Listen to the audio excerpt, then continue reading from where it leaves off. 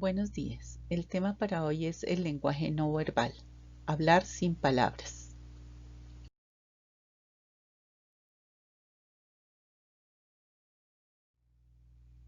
¿Cuáles son los factores del lenguaje no verbal? Hay tres factores importantes. Los factores kinestésicos, los factores proxémicos y los factores paralingüísticos. Los factores kinestésicos son elementos que hacen parte del movimiento corporal. Son todos los movimientos que podemos hacer cuando hablamos. Hay personas que mueven mucho las manos, hay personas que miran para otro lado. Es todo lo que hacemos con respecto a cómo acompañamos ese discurso verbal. Factores proxémicos. Esos aspectos proxémicos son los aspectos que tienen que ver con la distancia de los interlocutores.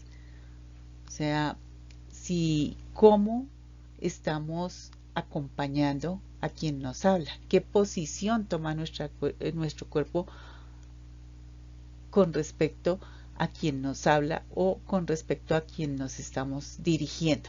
Proxémicos, recuerden que es la compañía, la distancia que se puede ver entre dos personas.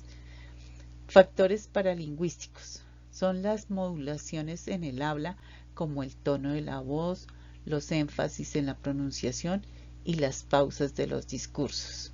O sea, esos factores paralingüísticos son todo lo que va acompañando nuestra gesticulación y nuestro tono en el discurso. Entonces, no olvidemos, factores kinestésicos de cómo las partes de nuestro cuerpo se mueven cuando hablamos. Los proxémicos son la distancia que conservamos y los paralingüísticos son las pausas en el discurso, la pronunciación, la voz que utilizamos.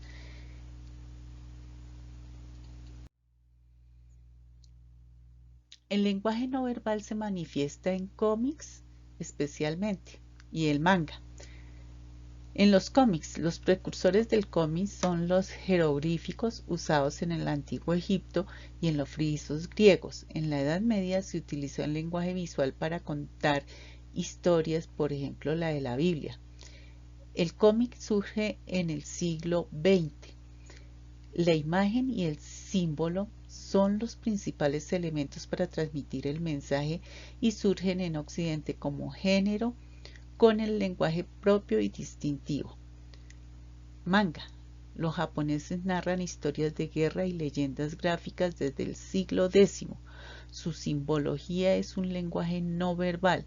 Por ejemplo, el símbolo con forma de cruz que aparece en la sien del personaje representa frustración o la gota de sudor que representa vergüenza.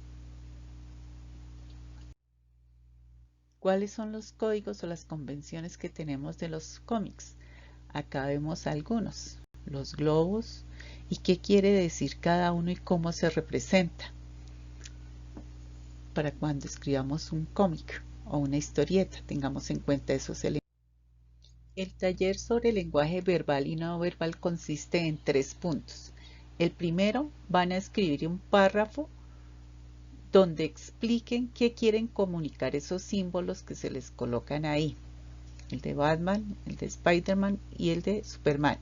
El segundo, van a completar este cuadro con factores kinestésicos. Recuerda del movimiento del cuerpo y qué significa.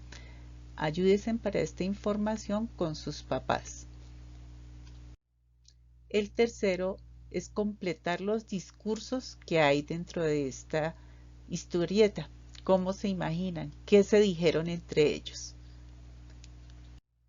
Las siguientes son las referencias bibliográficas. Por favor, enviar el taller a la plataforma de Edmodo. Gracias.